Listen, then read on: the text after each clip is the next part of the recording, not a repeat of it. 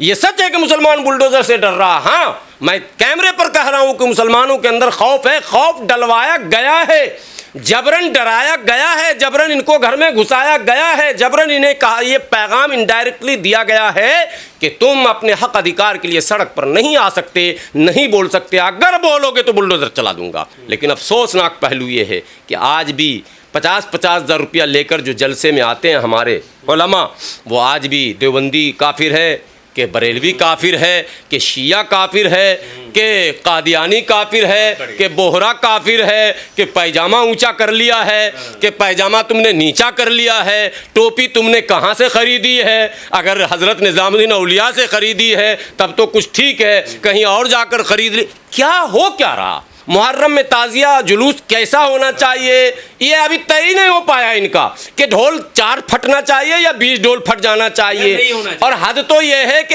ईद मिलादुन नबी के जुलूस में भी एक मौलाना बाज़ाब्ता कह रहे हैं कि हाँ, झूमना, नाचना, गाना और डांस करना और डीजे बजाना, जो तोता मौलाना का वीडियो चल रहा है, कि ये सब मना, ये तो इश्क की इंतहा है सनम, ठीक है।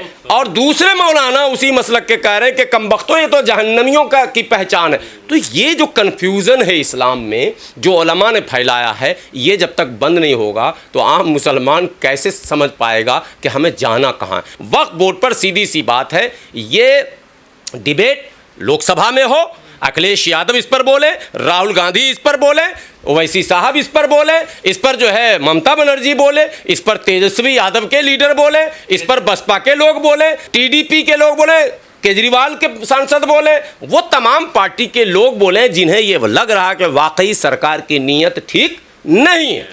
अगर उनको लग रहा कि सरकार की नीयत ठीक नहीं है तो वो उतना ही एग्रेशन दिखाएं इस पर जितना उन्होंने अपने निजी मामलों पर दिखाया, केजरीवाल की गिरफ्तारी पर दिखाया है, कांग्रेस के ईडी के छापों पर दिखाया है, सोनिया गांधी के ईडी के छापों पर दिखाया है। आपको यह समझना है कि अगर एजेंसियों का दुरुपयोग उधर हो रहा है तो बहुमत का दुरुपयोग अल्पसंख्यकों के खिलाफ हो रहा है, और देश के अंदर डेमोक्रेटिक सेटअप में बहुमत के खिलाफ, बहुमत अगर अल्पसंख्यकों को कुचलने के लिए है, बहुमत अगर अल्पसंख्यक के अधिकारों के हनन के लिए है, तो विपक्ष का नैतिक और क्या कहते हैं संवैधानिक कर्तव्य बनता है कि वो अपनी पूरी ताकत और पूरी क्षमता के साथ उसका विरोध करे। और कांग्रेस के मुस्लिम लीडरों पर शायर मशरिक और शायर इनकलाब जो उनके हैं, श्री इमरान प्रताप गढ़ी पर फर्ज है कि वो वही शेर पर है जो कांग्रेस को जगा दे। वो शेर मत पर हो कि मुसलमानों को कांग्रेस से भगा दे। अगर मुसलमान कांग्रेस से भाग गया तो इमरान प्रतापगढ़ी साहब अगला नंबर राज्यसभा का आपका नहीं आएगा, चूंकि आपको रखा ही गया था मुसलमान को अपने पक्ष में लाने के लिए। तो आपको यह समझना पड़ेगा इमरान प्रतापगढ़ी साहब कि ये वक्त पर मुसलमानों के जो जज्बात हैं उसकी तर्जमानी कांग्रेस को करनी पड़ेगी। वो काला कपड़ा आप याद दिलाइए कांग्रेस के लीडरों को, जब श्रीमती सोनिया गांधी जो कांग्रेस की अम्मा है, हमारी तो नहीं है मगर कांग्रेस वाले माँ कहते हैं, माँ की उम्र की भी हैं, तो वो उनके ऊपर ईडी का जब छापा हुआ और राहुल गांधी को जब सम्मन हुआ तो सारे कांग्रेसी काला काला पहनकर सड़क पर लौटने लगे। अलका लांबा का वो वीडियो आपको याद होगा, जो वो फुटपाथ पर लेट गई थी और घिसेटा जा रहा था, सब काला काला। प्रियंका गांधी जी भी काला पहन चुकी थी और खड़गे साहब भी काला पहन चुके थे। तो आज सवाल ये पूछता है भारत, और पूछता है भारत का मुसलमान कि जिस कांग्रेस को हमने ये कहकर रिप्लेस करने की कोशिश की कि नहीं कांग्रेस कुछ कर सकती है, जिस कांग्रेस ने कहा कि नफरत की इस बाजार में हम मोहब्बत की दुकान खोलने जा रहे हैं, आज उस दुकान का शटर खुल क्यों नहीं रहा है और उसमें क्या क्या आइटम है ये दिख क्यों नहीं रहा है, और उस मोहब्बत की दुकान में क्या मुसलमानों के लिए भी कुछ है। और मुसलमानों को कह रहे सड़क पर आ जाओ, छोड़ेंगे नहीं, मानेंगे नहीं, करेंगे नहीं, हम लड़के रहेंगे, हम मर के रहेंगे। क्या पागलपनी है भाई? मुसलमानों के दरमियान जब आप तकरीर करें तो आप डिप्लोमेट बन जाएं तो समझ में बात आए। इस मुल्क में हिकमत से इस कौम को बचाने, बढ़ाने और मुख्यधारा से जोड़ने की ज़रूरत है। इस मुल्क में मुसलमानों को जज्बाती बनाकर बात बात पर सड़क पर लाने की ज़रूरत नहीं है। अब मेरा यह कहना है कि जब आपको पता है कि उजलत में सड़क पर उतरने से, जल्दीबाजी में सड़क पर उतरने से, जुमा के दिन तकरीर इस तरह से सरकार के खिलाफ करने से मुल्क का माहौल ख़राब होता है। हिंदुओं के भी कान है भाई, हिंदू भाई भी तो हमारी तरह इंसान है ना, कि वो अलग इंसान है। अरे भाई इतनी बड़ी उनकी आबादी है कि हमारे मस्जिदों के पड़ोस में भी वो रहते हैं भाई, हर जगह रहते हैं। तो आप माइक लगाकर तकरीर कर रहे हो नरेंद्र मोदी और ऐसे देख लूंगा और योगी, तो वो भी सुन रहे हैं। आप मुल्क की फ़िज़ा को आलूदा न करें, मुल्क के फ़िज़ा को ख़राब ना करते हुए हिकमत से पहले बातचीत और डायलॉग का रास्ता निकालें। ये है आम मुसलमानों का पक्ष वक्फ बोर्ड पर। आम मुसलमानों का पक्ष अगर ये ना होता तो QR कोड के साथ साथ करोड़ों रुपए का बजट लगाने के बाद भी और पूरी ताकत तमाम तंजीमों के लगाने के बाद भी, और वो वीडियो आपने देखा होगा माइक कंधे पर लेकर जो मौलाना घूम रहे हैं गली गली, घूमे गली गली फिर भी कुछ न चली और साइन हुए सिर्फ 1 करोड़, हुआ किया गया 6 करोड़। कल रिपोर्ट आई है कि 88 लाख संदेश जो है वो JPC को पहुंचे हैं। कल JPC की तरफ से ये बयान आया है। अब मैं JPC को सही मानूं कि ये फर्जी मुल्ला को सही मानूं, जिसने सोशल मीडिया पर 1-2 हमारे फेसबुक से जुड़ा हुआ बंदा है, वो हर 1 घंटे पर अपडेट है, अल्लाह का करम है, फजलो करम से अभी 1.5 करोड़ बढ़ चुका है। फिर 2 घंटे के बाद लिख रहा है अल्लाह का फजलो करम है और मुसलमान अब पूरी तरह से जाग गया है, अब यह 2.5 करोड़ पहुंच चुका, अब ये 5 करोड़ पहुंच चुका है। जब जाग ही गया है तो 20 करोड़ ना पहुंचना चाहिए, आबादी तो 20 करोड़ है, तो QR कोड तुम 10 करोड़ कम से कम करते। बहरहाल 88 लाख आया। इसका मतलब तमाम आम मुसलमानों ने, बाशऊर मुसलमानों ने, समझदार मुसलमानों ने इनके इस अपील को रिजेक्ट कर दिया। इनडायरेक्टली इन्हें ये मैसेज और ये संदेश दिया जा रहा है। महमूद मदनी साहब टीवी चैनल पर, टाइम्स नाउ भारत पर और TV9 भारतवर्ष पर अभी लंबा इंटरव्यू उनका चला, आप लोगों ने भी देखा होगा। वहाँ तो डिप्लोमेटिक बात कर रहे थे, सारे सवाल का जवाब घुमा घुमा कर दे रहे थे। यहाँ तक के एक इतना सीधा सा सवाल आया TV9 भारतवर्ष पे, उनसे पूछा गया एक अखिलेश यादव की तस्वीर, एक राहुल गांधी की तस्वीर और एक असदुद्दीन ओवैसी साहब की तस्वीर, तीनों की तस्वीर में कहा गया कि बताइए तीनों में सबसे बेहतर नेता कौन। उन्होंने कहा हाँ मेरी नज़र में तीनों सबसे बेहतर लीडर है। फिर कहा अच्छा आपके अच्छे संबंध तीनों में किससे? बोले मेरे तो तीनों से बहुत अच्छे संबंध हैं। ठीक है, अच्छा आप क्या कहते हैं इन तीनों में मुसलमानों का सबसे अच्छा नेता किसको मानते हैं? बोले तीनों मुसलमानों के नेता महमूद मदनी साहब। वहाँ तो आप डिप्लोमेटिक जवाब दे रहे हैं और मुसलमानों को कह रहे हैं सड़क पर आ जाओ, छोड़ेंगे नहीं, मानेंगे नहीं, करेंगे नहीं, हम लड़के रहेंगे, हम मर के रहेंगे। क्या पागलपनी है भाई? मुसलमानों के दरमियान जब आप तकरीर करें तो आप डिप्लोमेट बन जाएं तो समझ में बात आए। इस मुल्क में हिकमत से इस कौम को बचाने, बढ़ाने और मुख्यधारा से जोड़ने की ज़रूरत है। इस मुल्क में मुसलमानों को जज्बाती बनाकर बात बात पर सड़क पर लाने की ज़रूरत नहीं है। और अगर सड़क पर आते हैं तो फिर उस तरह से आइए जिस तरह से आया जाता है। मैं उस पर भी बात आपसे करूंगा कि कैसे आया जाता है, उसका एक उदाहरण जो है चाहिए। आपने सड़क पर आने के तरतीब नहीं बनाए और आपने बयान ऐसा दिया कि जो आया वो पकड़ा गया, मारा गया, तोड़ा गया, लूटा गया, बर्बाद कर दिया गया। ये तारीख़ है पिछले कई महीनों के कि मुसलमानों ने अपने हक़ की आवाज़ अगर उठाई तो उसका खमियाजा उसको और उसके पूरे ख़ानदान को, पूरे कुंबे को भुगतना पड़ा है। कौन है जिम्मेदार? यही सवाल मैं उठाता हूँ कि आपने कौन सी पॉलिसी बनाई इस मुल्क में इतने वर्षों में कि वो मुसलमान जो महल्ले के अंदाज में लोकल इशू को भी उठाना चाहता है तो भी उसे बुलडोज़र का खौफ सताता है। हमारे हिंदू भाई तो खुश होते हैं वीडियो देखकर, देखा बाबा के बुलडोज़र में कितना दम है। मुसलमान के सपने में भी बुलडोज़र, हाँ सच है मुसलमान के सपने में बुलडोज़र, हाँ ये सच है कि मुसलमान बुलडोज़र से डर रहा। हाँ मैं कैमरे पर कह रहा हूँ कि मुसलमानों के अंदर खौफ है, खौफ डलवाया गया है, जबरन डराया गया है, जबरन इनको घर में घुसाया गया है, जबरन इन्हें कहा, ये पैगाम इनडायरेक्टली दिया गया है कि तुम अपने हक अधिकार के लिए सड़क पर नहीं आ सकते, नहीं बोल सकते। अगर बोलोगे तो बुलडोज़र चला दूंगा, अगर लड़ोगे तो बुलडोज़र चला दूंगा। जबकि डेमोक्रेसी में हमें बोलने, लड़ने, सड़क पर उतरने, अपनी आवाज़ उठाने का पूरा अधिकार प्राप्त है। बहरहाल ये इतना बड़ा विषय था जिस पर सर जोड़कर हमारे तमाम अकाबिरीन को बैठना चाहिए था। लेकिन अफसोसनाक पहलू ये है कि आज भी 50-50 हज़ार रुपया लेकर जो जलसे में आते हैं हमारे उलमा, वो आज भी देवबंदी काफिर है, कि बरेलवी काफिर है, कि शिया काफिर है, कि कादियानी काफिर है, कि बोहरा काफिर है, कि पैजामा ऊंचा कर लिया है, कि पैजामा तुमने नीचा कर लिया है, टोपी तुमने कहाँ से ख़रीदी है, अगर हज़रत निज़ामुद्दीन औलिया से ख़रीदी है तब तो कुछ ठीक है, कहीं और जाकर ख़रीद ली। क्या हो क्या रहा? मतलब समझ से परे।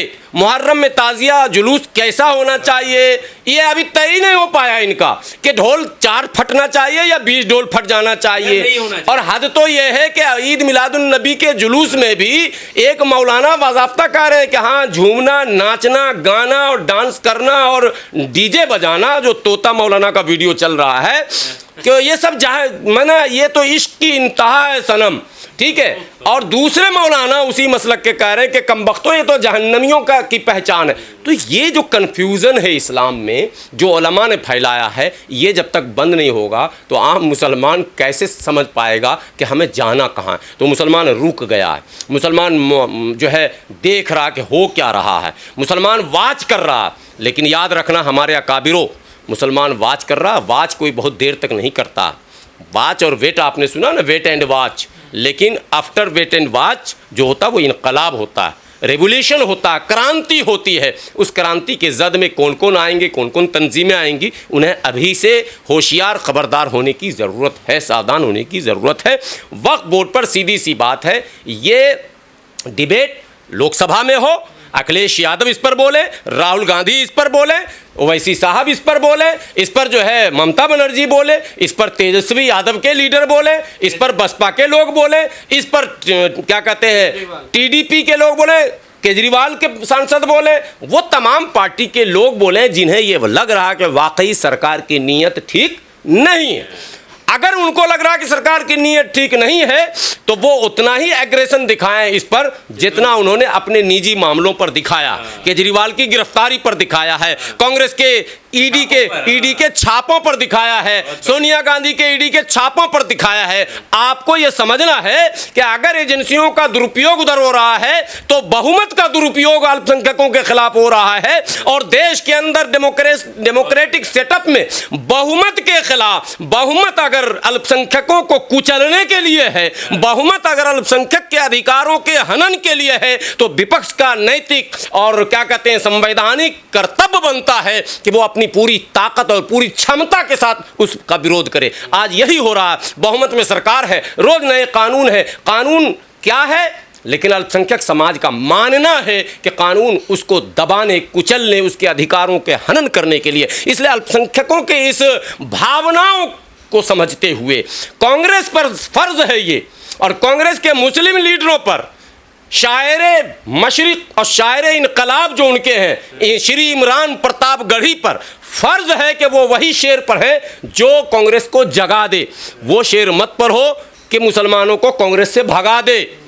अगर मुसलमान कांग्रेस से भाग गया तो इमरान प्रतापगढ़ी साहब अगला नंबर राज्यसभा का आपका नहीं आएगा, चूंकि आपको रखा ही गया था मुसलमान को अपने पक्ष में लाने के लिए। तो आपको यह समझना पड़ेगा इमरान प्रतापगढ़ी साहब कि ये वक्त पर मुसलमानों के जो जज्बात हैं उसकी तर्जमानी कांग्रेस को करनी पड़ेगी। वो काला कपड़ा आप याद दिलाइए कांग्रेस के लीडरों को, जब श्रीमती सोनिया गांधी जो कांग्रेस की अम्मा है, हमारी तो नहीं है मगर कांग्रेस वाले माँ कहते हैं, माँ की उम्र की भी हैं, तो वो उनके ऊपर ईडी का जब छापा हुआ और राहुल गांधी को जब सम्मन हुआ तो सारे कांग्रेसी काला काला पहनकर सड़क पर लौटने लगे। अलका लांबा का वो वीडियो आपको याद होगा, जो वो फुटपाथ पर लेट गई थी और घिसेटा जा रहा था, सब काला काला। प्रियंका गांधी जी भी काला पहन चुकी थी और खड़गे साहब भी काला पहन चुके थे। तो आज सवाल ये पूछता है भारत, और पूछता है भारत का मुसलमान, कि जिस कांग्रेस को हमने ये कहकर रिप्लेस करने की कोशिश की कि नहीं कांग्रेस कुछ कर सकती है, जिस कांग्रेस ने कहा कि नफरत की इस बाजार में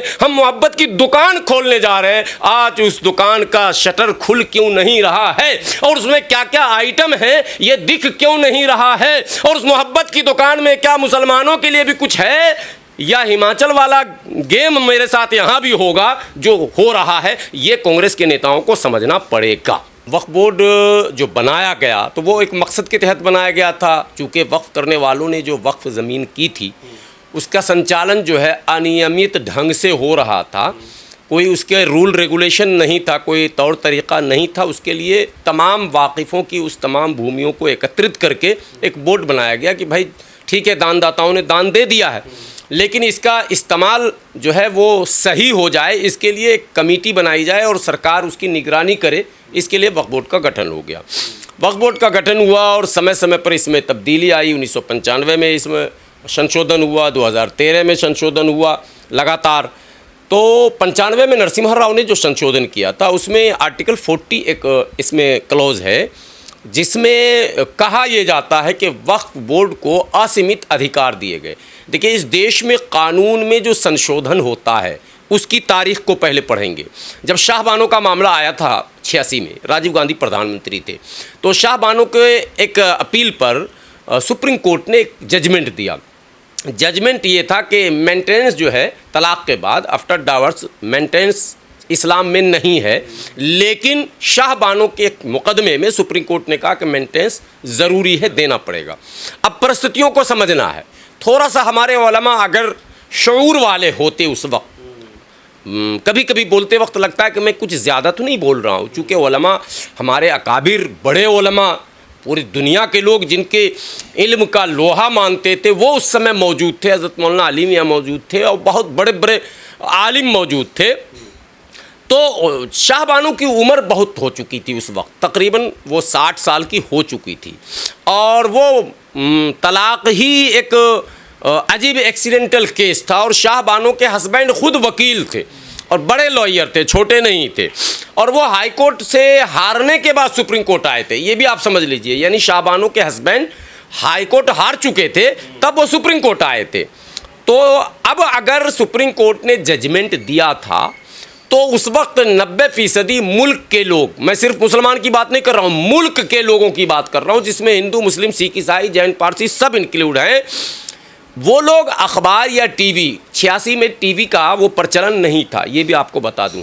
डीडी न्यूज़ चलता था, आंखों देखी, अपला चिला, वो कभी कभार लोग फुर्सत में देख लेते थे और टीवी सबके घर में नहीं था। मैं जब कह रहा हूं तो जो लोग आपके देख रहे हैं, युवा खास करके नौजवान, वो पता लगाएंगे कि टीवी, दूरदर्शन कब आया और किस किस के पास आया और किस तरह से आया। तो वो सब कुछ नहीं था जो ज़राए इब्लाग उर्दू में बोलते हैं। कम्युनिकेशन जो था वो इतना इजी नहीं था, अप्रोच से दूर था आम लोगों के। तो अगर उलमा उसमें हिकमत से काम लेते तो रिव्यू पिटीशन डालकर छोड़ देते, लेकिन उलमा ने हिकमत से काम नहीं लिया। सुप्रीम कोर्ट के इस आदेश के ख़िलाफ़ सड़क पर उतरे। अब जब सड़क पर उतरे, तमाम मसाजिद में जुमा की नमाज में तकरीरें शुरू हुई, तमाम मसाजिद के अइम्मा और मुंतज़िमा को चिट्ठी दी गई, तमाम तंजीमों यानी पर्सनल लॉ बोर्ड और वगैरह वगैरह तमाम तंजीमों के ज़रिए, और जुमा में तकरीर शुरू हो गई कि इस्लाम अब ख़तरे में आ गया और सुप्रीम कोर्ट ने हम पर जबरन जो है एक ऐसा कानून थोप दिया था कि आपने वक्त से शुरू किया, मैं वहीं ला रहा हूँ, घबराइएगा नहीं। एक ऐसा कानून हमारे ऊपर थोप दिया गया है जिससे इस्लाम की शनाख्त जो है वो बिगड़ जाएगी और पर्सनल लॉ बोर्ड में इंटरफेयर हो रहा। भारत का कानून है जिसमें हर मज़हब के लोगों को मजहबी आज़ादी दी गई है, यानी वो अपने मज़हब पर अमल करेंगे, इसके लिए पूरी तरह से वो आज़ाद हैं, स्वतंत्र हैं। तो अब सवाल है कि मुसलमान भी उसमें शामिल हैं, तो मुसलमान भी आज़ादी से अपना काम करेंगे। तो इसलिए आइली मसाइल, वो जो हमारे इंटरनल मैटर हैं, जो घरेलू मुद्दे हैं, शादी का, ब्याह का, तलाक का, बच्चे के परवरिश का, गोद लेने का, देने का, तरका, विरासत का, इसमें डायरेक्ट संविधान इंटरफेयर इसलिए नहीं करता कि इस संविधान ने हमें पहले ही इसके लिए फ्री कर दिया कि इसमें हम इंटरफेयर नहीं करेंगे, आप क्या खाएंगे, क्या पहनेंगे, कैसी शादी करेंगे, हाँ उम्र को तय किया वगैरह वगैरह, कुछ उसूल तय किए हुए हैं। बहरहाल अब जब सड़क पर उतरे तो सड़क पर इतनी बड़ी तादाद में उतरे कि राजीव गांधी घबरा गए, और यही आरिफ मोहम्मद खान जो अब भाजपा में हैं, ये राजीव गांधी के खासम खास थे, और अरुण नेहरू एक नेता हुआ करते थे, सब चले गए यहाँ से, वो भी खासम खास हुआ करते थे। इन लोगों ने राजीव गांधी को कन्विंस किया कि साहब अगर आपने सीरियसली इसको नहीं लिया तो यह मामला आपके हाथ से बाहर चला जाएगा और 100% मुस्लिम वोट छिटक जाएगा। सो राजीव गांधी ने आनन फानन में विशेष सत्र बुलाया लोकसभा का, और सुप्रीम कोर्ट द्वारा पारित इस आदेश को पहले तो रद्द किया, उसके बाद एक कानून बनाया गया।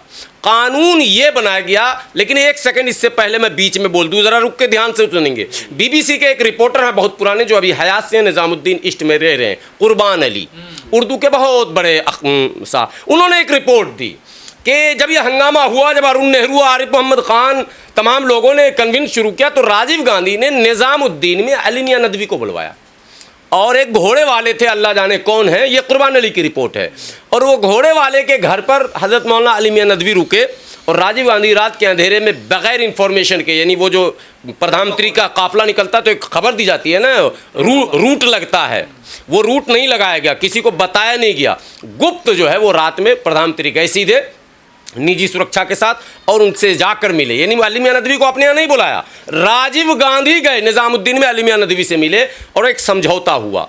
अब ये जब मैं कह रहा हूँ तो मैं नहीं कह रहा हूँ, ये रिपोर्ट कुर्बान अली साहब अभी हयात से हैं, उनकी रिपोर्ट है।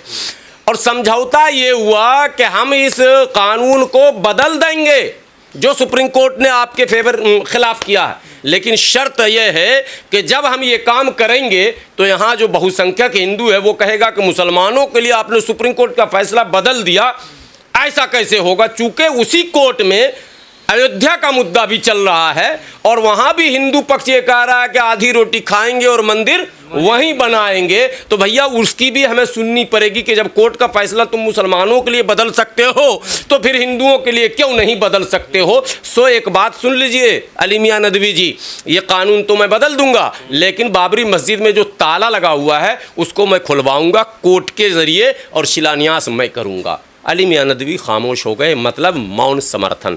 अब मैं कहता हूँ बड़े आलिम हैं, कोई गुस्ताखी नहीं होनी चाहिए, वो सब हमारे सर के ताज हैं, लेकिन हिकमत से बहुत दूर थे। उन्हें ये सोचना चाहिए था कि अगर समझौता ही हो रहा है तो ये छोटा मोटा, ये क्या, अगर शाबानो आई राम गई राम, मर जाती ख़त्म हो जाती 2-4 साल में, और कोई सुनता कोई जानता कोई नहीं जानता। हाँ एक बात था कि सुप्रीम कोर्ट का अगर ऑर्डर था तो एक नज़ीर भी बनता, ये मसला तो था, लेकिन इसमें हिकमत से एक ऐसी डीलिंग करनी चाहिए थी जिससे कोर्ट से ही हम ये साबित कर देते कि आपने ये फैसला जो दिया वो जल्दीबाजी में शाहबानों के चेहरे को देखकर इमोशनल होकर दिया है। ऐसा भी होता है, परिस्थितियों के अनुसार भी कभी कभी फैसले, जज को ये इख्तियार होता है कि जज जो है वो एक आर्टिकल है जिसमें जज को ये इख्तियार दिया कि विशेष परिस्थिति में वो फैसला कुछ सुना सकते हैं।